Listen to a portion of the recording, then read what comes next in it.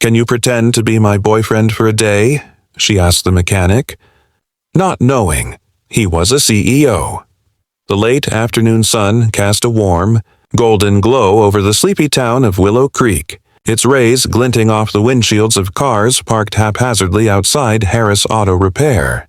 The small garage, nestled on the edge of Main Street, hummed with the familiar sounds of industry, the sharp clang of a wrench against metal, the rhythmic hiss of an air compressor, and the low murmur of a radio playing classic rock. The air carried the sharp tang of motor oil and gasoline, a scent as comforting to some as freshly baked bread might be to others.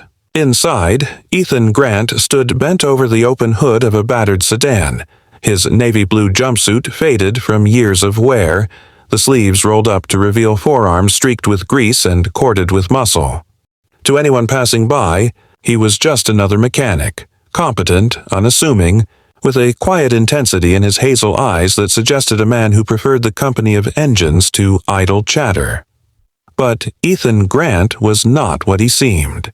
Beneath the oil-stained exterior and the easygoing demeanor lay a secret known to only a few.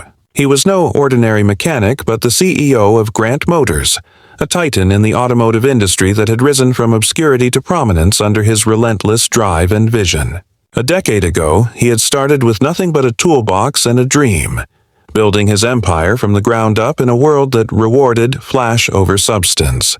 Yet, despite his wealth and influence, Ethan carried a weight that kept him grounded, a lingering grief from the loss of his parents, who had taught him to love machines and to value humility above all else. Every year, he returned to this small garage where his journey began, trading boardrooms for wrenches, suits for coveralls, to reconnect with the simplicity of his roots. Here, he wasn't Ethan Grant, the billionaire CEO. He was just Ethan, the guy who could fix anything with a steady hand and a sharp mind. It was on one such afternoon, as the sun began its slow descent toward the horizon, that Lily Carter walked into his life, bringing with her a nervous energy that seemed to ripple through the air. She stepped cautiously into the garage, her soft blue dress slightly wrinkled, as though she'd been too distracted to care about appearances. Her auburn hair was swept up in a hasty bun, a few strands escaping to frame her flushed face. Her hazel eyes, bright with a mix of determination and embarrassment, scanned the shop until they settled on Ethan, who was tightening a bolt with practiced precision. "Excuse me," she said, her voice tentative, barely audible over the clatter of tools. She clutched her purse tightly as if it were an anchor. "Are you the mechanic?" Ethan glanced up, wiping his brow with the back of his hand, leaving a faint smudge of grease across his forehead. His lips curved into a small, curious smile. "That's me. What's the trouble? Car acting up?" Lily let out a nervous laugh, her fingers twisting the strap of her purse. "It's not my car. It's me. I know this is going to sound completely ridiculous, but I need a favor. A really strange favor." He straightened, tossing the rag he'd been holding onto the workbench, his interest piqued. "You came to an auto shop for a favor that's not about a car? That's a new one. Go ahead, I'm listening." She took a deep breath as if steeling herself for the absurdity of her request. "There's this charity gala tonight. It's a big deal. Fancy dresses, champagne, the whole thing. My ex is going to be there with his new fiancée, and he's been insufferable about it, rubbing it in my face for months. And in a moment of weakness, I told him I was seeing someone new, which was a lie. A stupid, impulsive lie. And now he's expecting me to show up with my boyfriend." Ethan's brow arched, a spark of amusement dancing in his eyes. "And I'm guessing you don't have one." "Exactly," she said, exhaling sharply, her cheeks flushing a deeper shade of pink. "My best friend was supposed to pretend to be my date, but she came down with the flu this morning. So now I'm stuck, and I'm desperate. I need someone to come with me, just for tonight, to pretend to be my boyfriend. I can pay you for your time, I swear. I'll make it worth your while." Ethan chuckled, the sound low and warm, like the rumble of a well-tuned engine. "You don't need to pay me. But let me get this straight. You want me, a guy you've never met, to dress up and play your boyfriend for the night?" "Yes," she said quickly, her eyes pleading. "I know it's crazy, but you seem, I don't know, decent, trustworthy. You've got this calm vibe, like you don't get rattled easily. And, well, you're not bad to look at." He laughed outright at that, the sound echoing through the garage. "Not bad to look at. I'll take it as high praise." Her sincerity, the way her vulnerability shone through despite her obvious discomfort, stirred something in him. There was a quiet courage in her willingness to ask a stranger for help, and Ethan found himself nodding before he could overthink it. "All right," he said, his voice steady. "I'll do it." Lily's eyes widened, her relief so palpable it seemed to lighten the air around her. "Really? Oh my God, thank you. You have no idea how much this means." That evening, when Ethan arrived at Lily's modest apartment on the edge of town, she barely recognized him. The grease-stained jumpsuit was gone, replaced by a tailored charcoal suit that hugged his broad shoulders and tapered perfectly to his frame. His dark hair, usually tousled from hours under a hood, was neatly combed, though a single lock fell across his forehead, giving him a boyish charm. The open collar of his crisp white shirt revealed a hint of tanned skin, and there was an effortless confidence in his posture that made Lily's breath catch. "You clean up really well," she said, her voice betraying her surprise as she stood in the doorway, smoothing the folds of her emerald green gown. Ethan's lips quirked into a half-smile, his eyes sweeping over her with quiet appreciation. "So do you." The ride to the gala was a blur of nervous laughter and quick banter. Lily, clutching a small notebook where she'd scribbled details about her ex and their fake backstory, tried to brief Ethan as they drove. "His name's Daniel. He's a lawyer, loves to talk about himself. We dated for 2 years, broke up 6 months ago. I told him we met at a coffee shop, so just go with that, okay?" Ethan nodded, his eyes fixed on the road, though he stole occasional glances at her, his calm presence easing the knot of anxiety in her chest. "Got it. Coffee shop, whirlwind romance, I'm crazy about you. Anything else?" She laughed, the sound lighter than she'd expected. "Just don't let Daniel get under your skin. He's good at that." "I can handle him," Ethan said, his tone carrying a quiet assurance that made her believe him.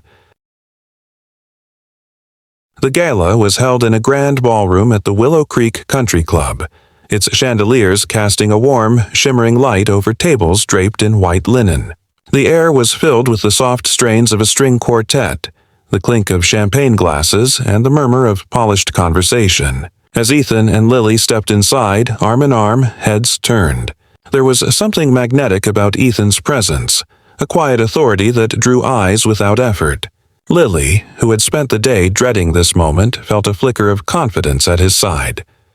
"Wow," she whispered, leaning close to him as they navigated the crowd. "You're surprisingly convincing at this." He grinned, his voice low and teasing. "You mean at pretending to like you?" She elbowed him playfully, her nerves easing further. "Don't get too comfortable, mister." The moment she'd been dreading arrived sooner than expected.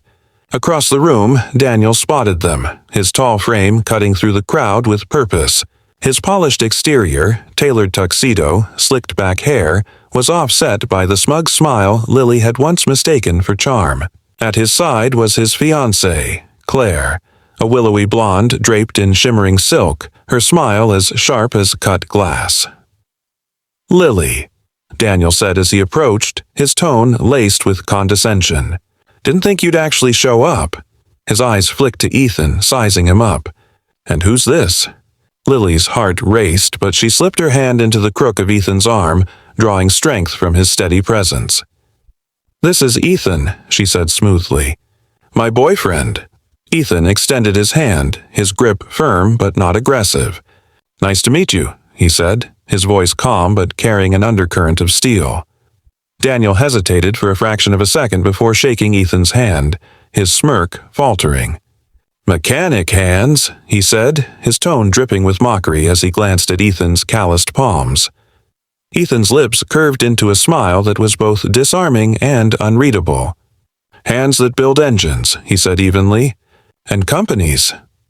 Lily's brow furrowed slightly, catching the cryptic edge to his words, but before she could dwell on it, Claire was gushing over Ethan's suit, her eyes lingering a little too long.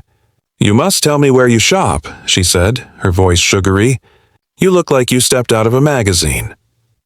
Ethan deflected the compliment with ease, steering the conversation to safer ground.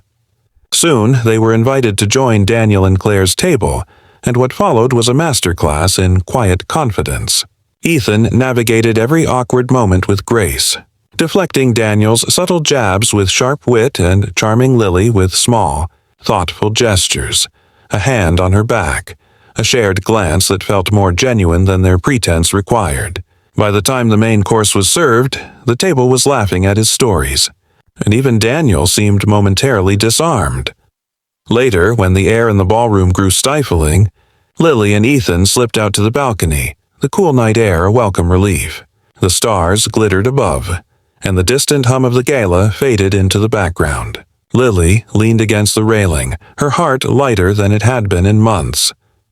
"You were incredible in there," she said, turning to face him. "I don't know how you did it, but you made it look so easy. Thank you. I couldn't have gotten through this without you." Ethan leaned against the railing beside her, his eyes softening under the starlight. "You don't need to thank me. I actually had fun." There was a pause, heavy with unspoken possibilities. Lily tilted her head, studying him. "So, what do you really do, Ethan? You handled that room like you've been in 100 of them. You're not just a mechanic, are you?" He smiled faintly, his gaze drifting to the horizon. "Let's just say I've been around." She laughed, shaking her head. "Mysterious and humble. You're full of surprises." A few days later, Lily found herself drawn back to the garage, a paper bag of coffee and blueberry muffins in hand. She told herself it was just to thank him properly, but deep down she knew it was more than that. The memory of his steady presence, his quiet humor, had lingered in her mind, refusing to fade. But when she arrived, the garage was quieter than usual, the familiar clang of tools absent. Mr. Harris, the shop's grizzled owner, greeted her with a knowing smile. "Looking for Ethan?" he asked, wiping his hands on a rag. "Yes," she said, glancing around. "Is he here?" Mr. Harris chuckled, a low, rumbling sound. "Probably back at headquarters by now. Man runs a whole company, you know. Doesn't tell anyone who he is. Likes to come down here every so often, get his hands dirty. Remember where he started?" Lily's heart skipped a beat. "What company?" "Grant Motors," Mr. Harris said, his voice tinged with pride. "He's the Ethan Grant." Her coffee cup nearly slipped from her hands. "The Ethan Grant. The CEO?" Mr. Harris nodded, his eyes twinkling. "That's him. Never wanted people treating him differently. Says real work keeps him grounded." For a long moment, Lily stood frozen, her mind racing. The man who had pretended to be her boyfriend, who had stood by her side and made her laugh, wasn't just a kind stranger. He was a millionaire CEO who had chosen humility over fame, who had seen her vulnerability and met it with kindness. A week later, Lily sat in a cozy cafe on Main Street, staring out the window as she replayed that night in her mind. She was so lost in thought that she didn't notice Ethan until he was standing beside her table, his familiar half-smile tugging at his lips. He wasn't in a suit this time, just a simple flannel shirt with the sleeves rolled up, but the sight of him made her heart leap. "You found out," he said gently, sliding into the seat across from her. "I did," she admitted, her voice soft. "Why didn't you tell me?" He shrugged, his eyes warm and unguarded. "Because that night, I wasn't a CEO. I was just a guy helping someone who needed it." Her chest tightened, a mix of gratitude and something deeper stirring within her. "You didn't just help me, Ethan. You reminded me that good people still exist." His smile widened, soft and genuine. "Then maybe we both got something out of it." They sat there for hours, the conversation flowing as easily as it had on the balcony. They talked about everything and nothing. Her love of painting, his childhood spent tinkering in his father's garage, the dreams they'd buried and the fears they'd carried. There was no pretense, no titles, no expectations. Just two people finding each other in a moment of unexpected connection. As they left the cafe, their hands brushed, a fleeting touch that carried the weight of a promise. Neither of them spoke of it, but they both felt it. The sense that some stories, the best ones, don't end with a single night. They begin with one. In the days that followed, Lily found herself thinking of Ethan often, not as the CEO of Grant Motors, but as the man who had seen her at her most vulnerable and chosen to stay. And in a world full of pretense and posturing, that simple act of kindness felt like the most extraordinary thing of all. Sometimes the people who seem ordinary carry the most remarkable stories, and love, real love, finds its way through the cracks of life's most unexpected disguises.